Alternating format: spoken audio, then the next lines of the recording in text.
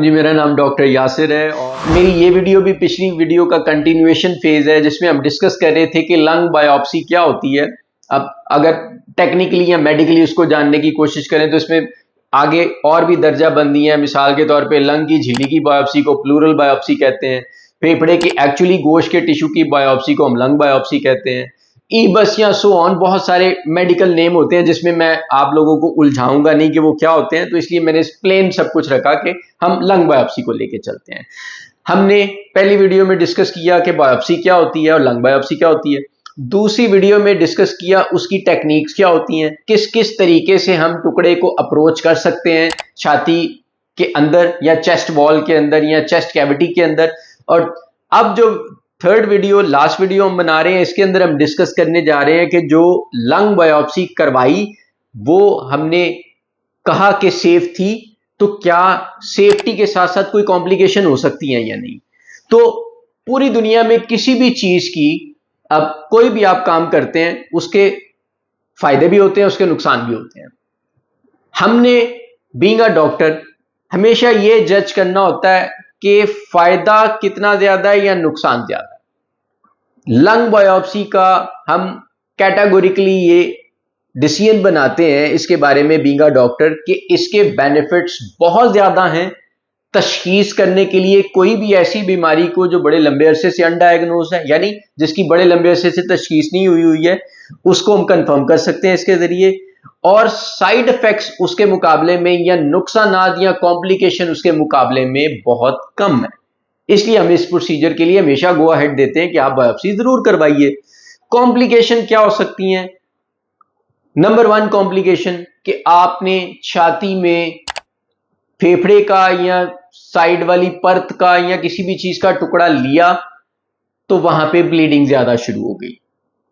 इसलिए मैंने second video में एक बात की थी कि जब भी आपने लंग बायोप्सी प्लान करनी है तो आपने बीइंग अ डॉक्टर अपना वर्कअप पूरा जरूर करना है। क्या या मरीज को कोई ऐसी बीमारी तो नहीं है जिसमें खून उसका पतला है, या कोई ऐसी बीमारी तो नहीं है जिसमें खून जमाने वाले खुलिये कम है, या मरीज को कोई ऐसी बीमारी तो नहीं है जो लिवर को इन्वॉल्व कर रही है, यानी उसमें क्लॉटिंग की कैपेसिटी, उसके खून में खून जमने की कैपेसिटी नहीं है। तो हमने ये पहले वर्कअप पूरा करना होता है, उस वर्कअप के बाद ही ये प्रोसीजर को सेफ डिक्लेयर किया जाता है। तो हमने उसका टुकड़ा निकाला तो पहली कॉम्प्लिकेशन हमने क्या डिस्कस की कि वहां ब्लीडिंग हो सकती है। दूसरी कॉम्प्लिकेशन जो बड़ी फेमिलियर या डॉक्टर्स को फेस करनी पड़ती है वो क्या हो सकती है कि न्यूमोथोरैक्स हो सकता है मरीज को। न्यूमोथोरैक्स के बारे में भी हम अलग से एक प्रॉपर वीडियो बना चुके हैं। न्यूमोथोरैक्स क्या होता है कि फेफड़े की झिल्ली फटने की वजह से या उस छोटे सुराख की वजह से जिसके लिए हमने सुई मारी है, हवा फेफड़े की झिल्ली में आके कैद हो जाती है जो फेफड़े के ऊपर प्रेशर डालती रहती है, ये होता है न्यूमोथोरैक्स। तीसरी कॉम्प्लिकेशन ये हो सकती है कि आपने बायोप्सी ली, उस जगह पे बहुत ज्यादा स्वेलिंग कॉज होगी और स्वेलिंग और उस पर्टिकुलर जगह के ऊपर खून इकट्ठा होना शुरू हो गया। स्वेलिंग की वजह से पेन बहुत इंटेंस होना शुरू होगी पेशेंट को, ये कॉम्प्लिकेशन हो सकती है। तो इसी तरह की और छोटी छोटी कॉम्प्लिकेशंस भी होती हैं जिनकी डिटेल में नहीं जाएंगे। हम कॉमन पब्लिक के लिए जो आम कॉम्प्लिकेशंस होती हैं उनके बारे में सिर्फ डिस्कस कर रहे हैं कि इससे पेन हो सकती है, वहां पे ब्लड क्लॉट कर सकता है, इकट्ठा हो सकता है, न्यूमोथोरैक्स हो सकता है, जिस जगह से टुकड़ा लिया वहां पे ब्लीडिंग ज्यादा हो सकती है। ये छोटी छोटी कुछ कॉम्प्लिकेशन या पेचीदगियां हैं जो किसी भी बायोप्सी के साथ जो फेफड़े से ली जा सकती है वाबस्ता हो सकती है। लेकिन अगेन मैं अपने पॉइंट पे रहूंगा कि स्टिल हमें तशखीस करने के लिए किसी भी लॉन्ग स्टैंडिंग डिजीज को या ऐसी कोई भी बीमारी को जो पुरानी चलती आ रही है और जिसकी तशखीस नहीं हुई है 100%, बायोप्सी करना जरूरी है और करनी भी चाहिए। अगर आप बायोप्सी नहीं करवाते तो क्या होता है उसका छोटा सा मैं एग्जांपल देता हूं कि आपको बीइंग अ डॉक्टर अगर फेफड़े के अंदर कोई एबनॉर्मल चीज दिखाई दे रही है, कोई भी ऐसी चीज जो नॉर्मल फेफड़े का हिस्सा नहीं है, और आप हिस्ट्री लेते हुए मरीज से पूछते हुए कि आया तुम्हें बुखार है या नहीं, फैमिली में किसी को टीबी है या नहीं, फैमिली में किसी को कैंसर है या नहीं, हिस्ट्री लेते हुए कट शॉर्ट करते करते किसी एक नतीजे पे पहुंचते हैं कि अच्छा यार इसको टीबी हो सकती है या कैंसर हो सकता है। अगर आप श्योर भी हो गए इस चीज के बारे में कि इसको कैंसर हो गया है, तो भी उस कैंसर के ट्रीटमेंट को करवाने से पहले या शुरू करवाने से पहले आपको टुकड़ा चाहिए ही चाहिए, क्योंकि कैंसर की भी आगे बहुत सारी इकसाम है।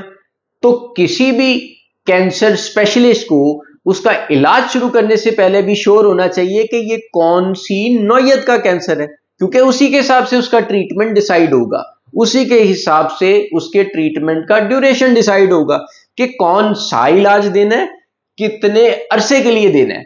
तो अगर आप अपनी क्लिनिकल एक्सपर्टीज की बुनियाद पर डॉक्टर श्योर भी है कि ये वाली बीमारी है, तब भी आपको उस बीमारी की नौयत, उसका पर्टिकुलर ट्रीटमेंट, उसके ट्रीटमेंट का ड्यूरेशन, उसके ट्रीटमेंट का इख्तिताम, उसके ट्रीटमेंट की सारी चीजों की ये आपको स्टिल बायोप्सी की जरूरत है। इसलिए अगर आप किसी भी हवाले से कंफ्यूजन में हैं कि आया बायोप्सी करवानी है या नहीं, तो वो कंफ्यूजन मैं आपकी दूर कर देता हूं कि इसको जरूर करवाना है, क्योंकि डिजीज की 100% कंफर्मेशन और ट्रीटमेंट ही इस चीज की गारंटी है कि आप उसका अच्छा इलाज करवा सकते हैं। शुक्रिया।